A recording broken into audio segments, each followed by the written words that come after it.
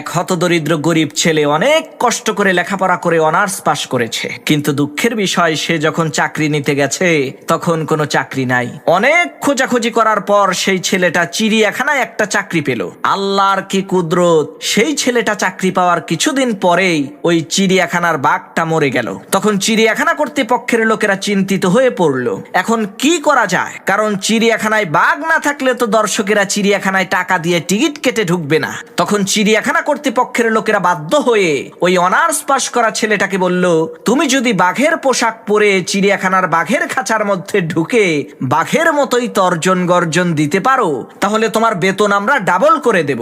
এদিকে সেই গরিব ছেলেটাও কোনো উপায় অন্তর না পেয়ে চিড়িয়াখানা কর্তৃপক্ষের এই প্রস্তাবে রাজি হয়ে গেল।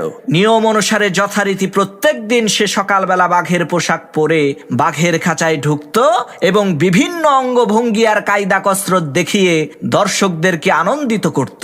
এইভাবে ভালোই চলছিল তার সময়। একদিন হঠাৎ করে সে খাঁচার মধ্যে খেলা দেখাতে গিয়ে খাঁচার সেই পুরাতন বেড়া ভেঙে তার পাশেই থাকা সিংহের খাঁচার মধ্যে গিয়ে পড়ল। এখন সেই বাঘ বেচারা চিন্তা করছে, সর্বনাশ, আজ বুঝি আমার আর রক্ষা নাই।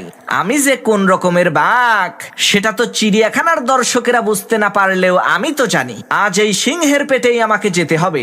এই চিন্তা করে সেই বাঘ বেচারা দুয়া দরুদ পড়া শুরু করেছে। অমনি ওই সিংহ বলতে লাগলো, বাঘ ভাই, তুমি চিন্তা কইরো না, আমিও সিংহ না, আমিও তোমার মতো অনার্স পাশ করা একজন বেকার ছেলে, পেটের দায়ে সিংহ সেজে খেলা দেখাই।